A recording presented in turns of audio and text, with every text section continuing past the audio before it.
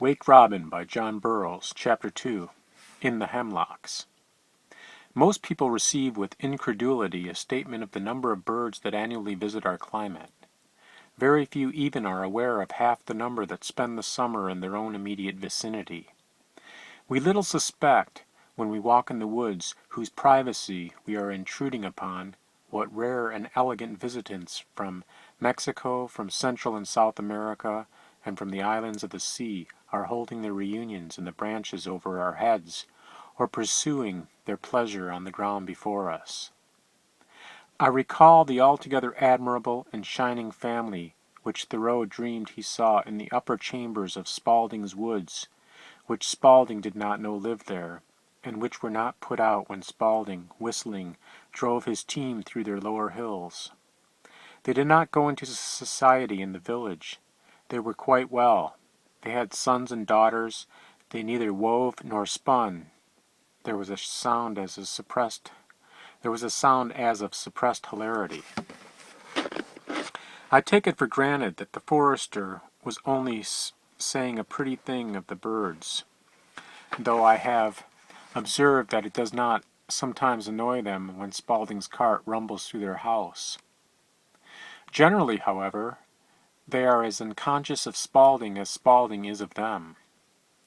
Walking the other day in an old hemlock wood, I counted over 40 varieties of these summer visitants, many of them common to other woods in the vicinity, but quite a number peculiar to these ancient solitudes, and not a few that are rare in any locality. It is quite unusual to find so large a number abiding in one forest, and that not a large one, most of them nesting and spending the summer there. Many of those I observed commonly pass this season much farther north. But the geographical distribution of birds is rather a climatical one. The same temperature, though under different parallels, usually attracts the same birds, difference in altitude being equivalent to the difference in latitude. A given height above the sea level under the parallel of 30 degrees may have the same climate as places under that of 35 degrees, and similar flora and fauna. At the headwaters of the Delaware where I write, the latitude is that of Boston, but the region has a much greater elevation, and hence a climate that compares between the northern part of the state and of New England. Half a day's drive to the southeast brings me down into quite a different temperature, with an older geological formation, different forests, timber, and different birds, even with different mammals. Neither the little gray rabbit nor the little gray fox is found in my locality, but the great northern hare and the red fox are. In the last century a colony of beavers dwelt here, though the oldest inhabitant cannot now point to even the traditional site of their dams. The ancient hemlocks, whither I propose to take the reader, are rich in many things besides birds. Indeed, their wealth in this respect is owing mainly, no doubt, to their rank vegetable growths, their fruitful swamps, and their dark, sheltered retreats. Their history is of an heroic cast, ravished and torn by the tanner and his thirst for bark, preyed upon by the lumberman, assaulted and beaten back by the settler. Still their spirit has never been broken, their energies never paralyzed. Not many years ago a public highway passed through them, but it was at no time a tolerable road. Trees fell across it, mud and limbs choked it up, till finally travelers took the hint and went around. And now, walking along its deserted course, I see only the footprints of coons, foxes, and squirrels. Nature loves such woods and places her own seal upon them. Here she shows what can be done with ferns and mosses and lichens. The soil is marrowy and full of innumerable forests. Standing in these fragrant aisles, I feel the strength of the vegetable kingdom, and am awed by the deep and inscrutable processes of life going on so silently about me. No hostile forms with axe or spud now visit these solitudes. The cows have half-hidden ways through them, and know where the best browsing is to be had. In spring the farmer repairs to the border of maples to make sugar. In July and August, women and boys from all the country about penetrate the old back peelings for raspberries and blackberries, and I know a youth who wonderly follows their languid stream, casting for trout. In like spirit, alert and buoyant, on this bright June morning go I also to reap my harvest, pursuing a sweet more delectable than sugar, fruit more savory than berries, and game for another palate than that tickled by trout. June of all the months, the student of ornithology can least afford to lose.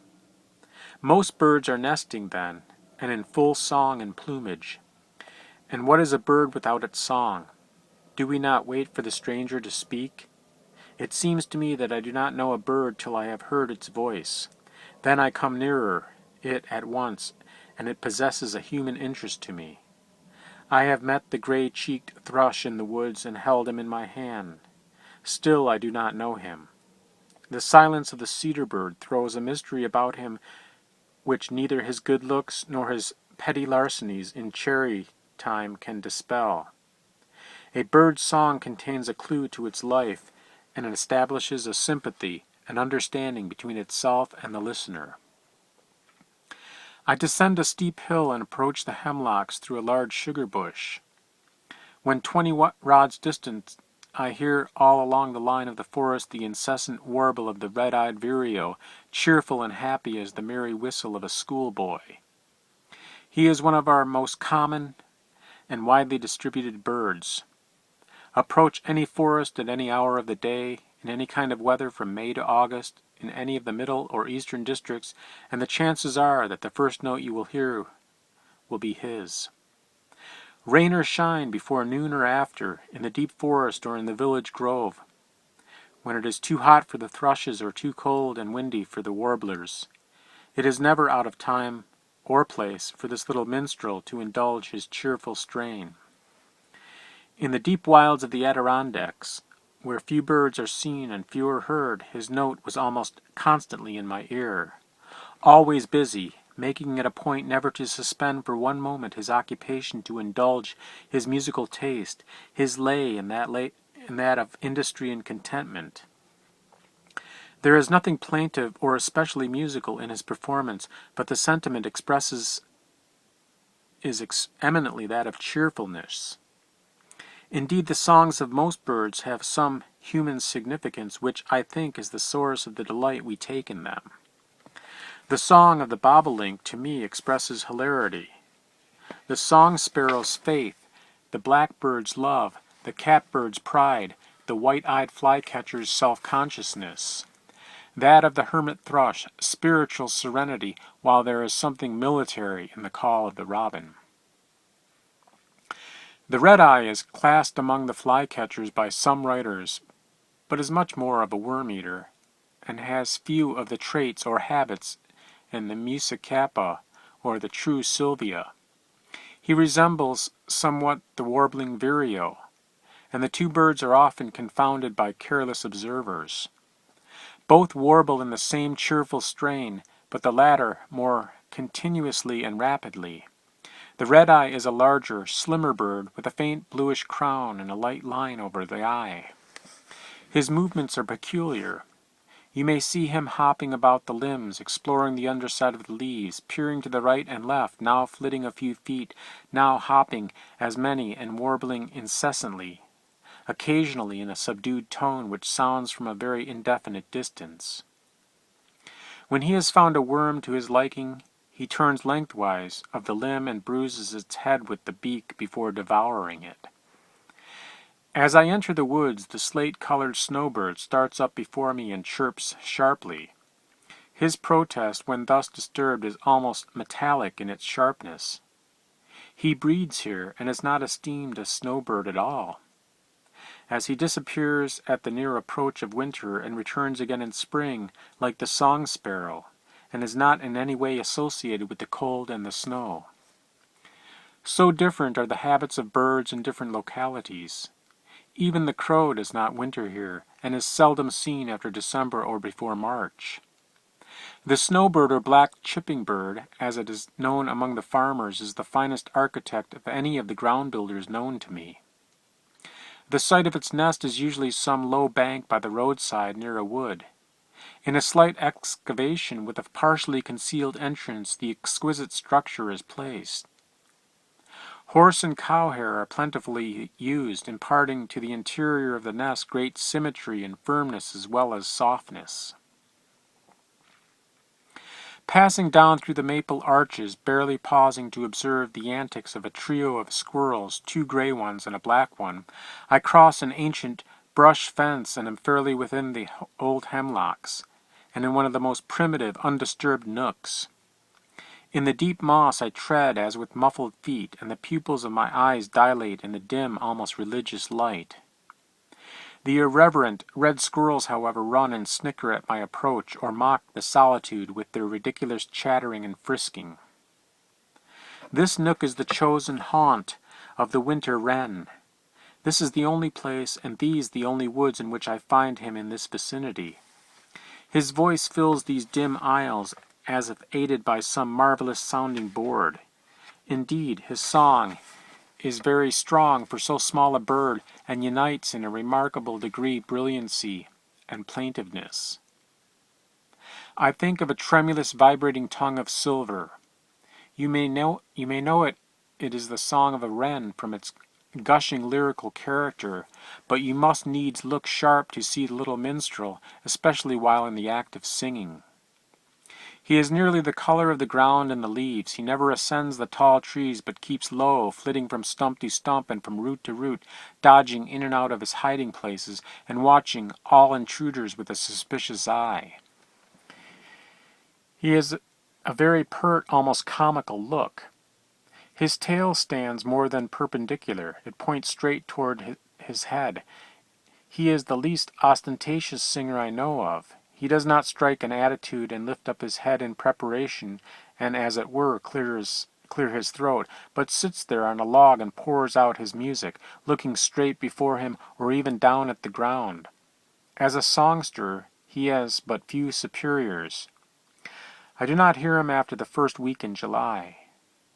While sitting on this soft-cushioned log, tasting the pungent, acidulous wood sorrel, the blossoms of which, large and pink-veined, rise everywhere above the moss, a rufous-colored bird flies quickly past, and alighting on a low limb a few rods off, salutes me with "woo, woo," or "wote, wote," almost as you would whistle for your dog. I see by his impulsive, graceful movements and his dimly speckled breast that it is a thrush. Presently he utters a few soft, mellow, flute-like notes, one of the most simple expressions of melody to be heard, and scuds away, and I see it is the veery, or Wilson's thrush.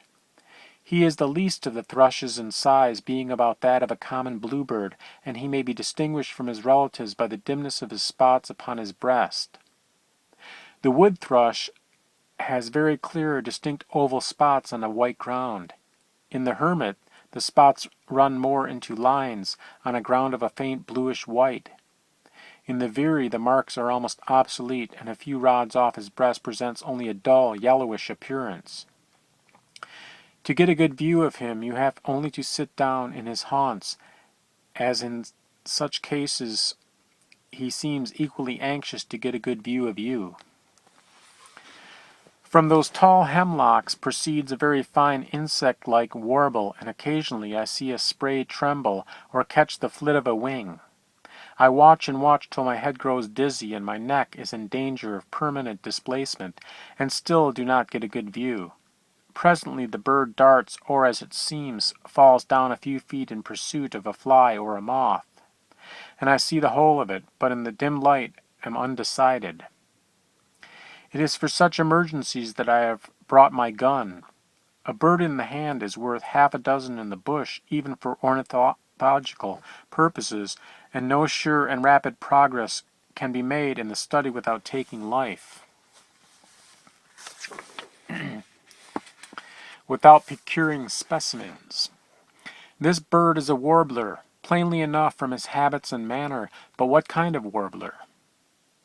Look on him and name him, a deep orange or flame-colored throat and breast, the same color showing also in a line over the eye and in the crown, back variegated, black and white. The female is less marked and brilliant.